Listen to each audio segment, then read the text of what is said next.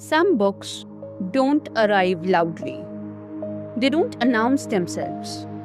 They don't demand attention. Instead, they wait. They sit quietly like a rose in a garden, not blooming because someone is watching, not asking to be noticed, but blooming in its own time. Tinman is that kind of book. It doesn't shout about love.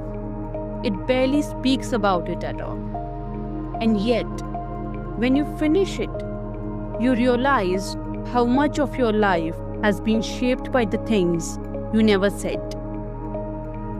With its unusually ordinary title, Tinman sits quietly, in full bloom, waiting to be experienced.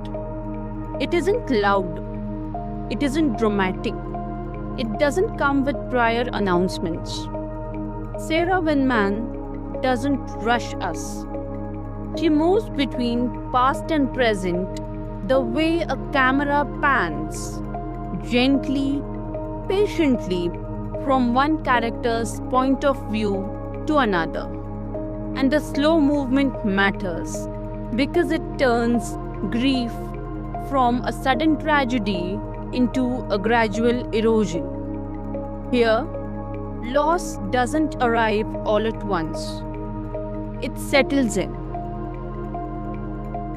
The book opens with Dora Judd winning a sunflower painting at a lucky draw. Or rather, she picked it up against the wish of her husband. For a moment, you think this is her story, her marriage, her life, her troubles, and in some ways, it is. Dora understands something vital, that love doesn't need permission. She loves openly, instinctively, as if love is not something to be managed, but something to be lived. Dora represents the life where affection is allowed to arrive fully, without the fear of consequence. And perhaps that is why, even when she recedes from the center, her presence never really leaves the room. Then Sarah introduces us to Ellis. Ellis is restrained, shaped like a person. He doesn't dramatize his longing. He carries it quietly, like a precious diamond that must not be dropped, even as it grows heavier with time. Ellis's love exists, but the world offers him no place to put it. And with Ellis, the book asks its most painful question. What happens to love when the world gives you no place to hold it? Slowly, almost without you noticing, you forget about the sunflower. Through Ellis's past, Michael's chapter opens. Michael is silence shaped like a person. He survives by becoming careful, by choosing routine over risk, containment over expression. Michael doesn't lack emotion. He lacks a language for it. He grows around the belief that if you don't name something, it won't hurt as much when it is taken away. But when grief arrives, as it always does, Michael has nowhere to place it. If you never learned how to speak love, how do you speak loss? What Tinman does quietly, beautifully, is refuse to assign blame. There are no villains here. There is no cruelty.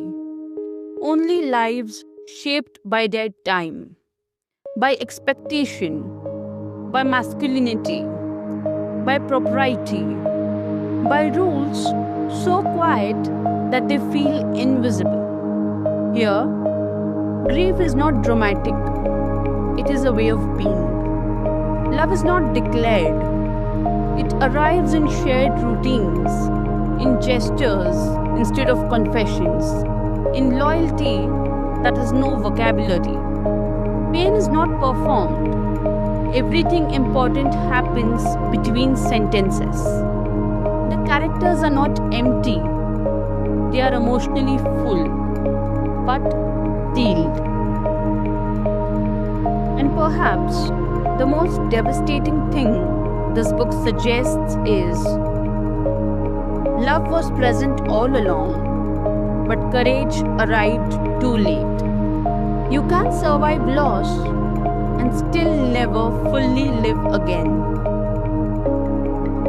By the end, we finally understand where the sunflowers belong, not as symbols of joy, but as reminders of lives that bloomed quietly without any witness. Tinman doesn't ask to be admired, it asks to be approached.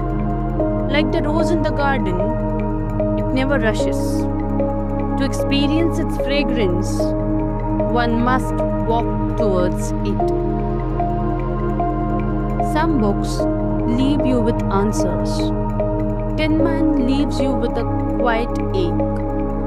An ache shaped like all the things we felt but never found the courage to name. If this story was about emotional silence, the next one asks a louder, more unsettling question. What happens when belief speaks too loudly and doubt becomes a lonely place to stand?